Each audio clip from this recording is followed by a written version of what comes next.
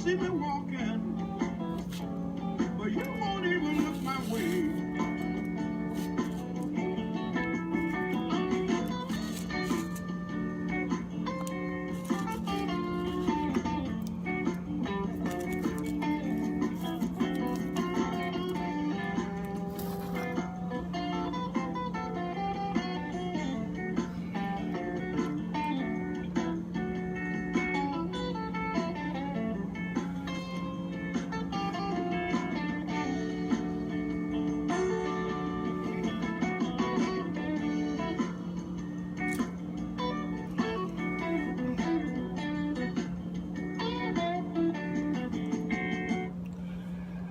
You probably seeing me listening to the blues music and thinking I'm a blues person. Not really. Not really, nigga. This ain't no Blues Clues, and I don't like the fucking blues. And you never catch me crying, alright? Even when I split somebody's wig, bop off of the homicide, I never cry. Because that's dishonorable, it's disrespectful, and it's rude. You gotta do what you gotta do. You keep a werewolf demeanor about you, like a werewolf under the moon. Because you gotta stay loyal to the moon, like a werewolf under the moon. Don't get caught crying because it's a sign of disrespect. I'm just messing around. But I want to talk about Stephen King, The Mist. If you ever seen Stephen King, The Mist, that is really nice. There's several creatures in that film that I'm pretty fond of. Behemoth being one. The arachnid lobster or whatever. Yeah, arachnid lobster. Because it looks like a spider and a lobster. I'm going to go with arachnid lobster. That's two.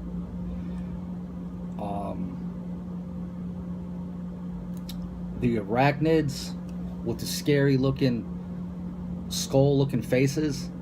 That's another creature in Stephen King's The Mist. And the flying things, flying torpedo, I guess we can call them that. That's another creature in Stephen King's The Mist that I'm fond of. Yeah. That's one of my favorite movies, Stephen King, The Mist. Because it has strange creatures in it. That's a good movie. When I was younger, probably about, I would say, maybe 12 or 13, I had the Stephen King The Mist audiobook on cassette tape. And on the cassette tape, they actually had sound effects. Like it'd be a guy reading the story, like he's reading the book. And also, when you listen to the audiobook or the cassette tape, they'd play sound effects like, broken glass, wind, screaming, stuff like that, sound effects. It was a nice audiobook. Seems like they put a lot of effort into it. Because I've listened to audiobooks where it's just some guy reading the story. There is no sound effects. But this one did. Stephen King, The Mist audiobook, it had sound effects. That's pretty nice. Because imagine if you're blind. Blind people can't really read books. Well, if you get the audiobook,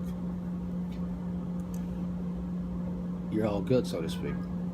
Don't gotta worry about it. It's pretty smart.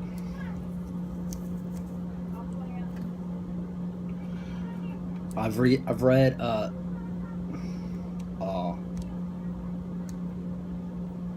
read the Goetia. I read some demonology books. I read the Goetia. I read the Keys of Solomon. The Keys of Solomon, which has demons in it. To me, demons are more or less monsters. I don't really put any supernatural thing into it. But when you read the Goetia or the Keys of Solomon, you do read about demons And I would like to see some of those demons or monsters in some more films or movies. That'd be pretty nice.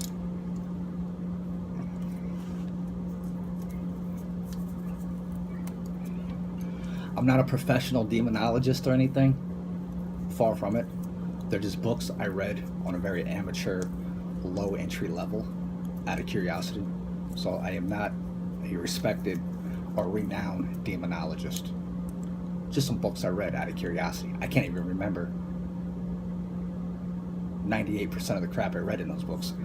But they did have a lot of demons, and they do have pictures. If you get to Goetia or the Keys of Solomon or those demonology black magic books, some of them actually have pictures, which is really nice. I like books with pictures. And obviously demons, if you like me, if you like monsters like Bigfoot, Loch Ness, Ogopogo, Mothman, New Jersey Devil, I like pictures, because then I get to or illustrations, because then I get to visually see, without using imagination, what these creatures allegedly look like. That's pretty nice. Anyways, I want to say good job, Stephen King, for The Mist, because I really liked the movie and the audiobook. I didn't actually read the book, but I did listen to the audiobook. It was a nice one. And I want to give a shout out to the Keys of Solomon for the demons, the Goetia for the demons, the demonology books with your illustrations and pictures. If you ever get a demonology book, get one with pictures. It makes it more fun, I guess. Anyways, good job.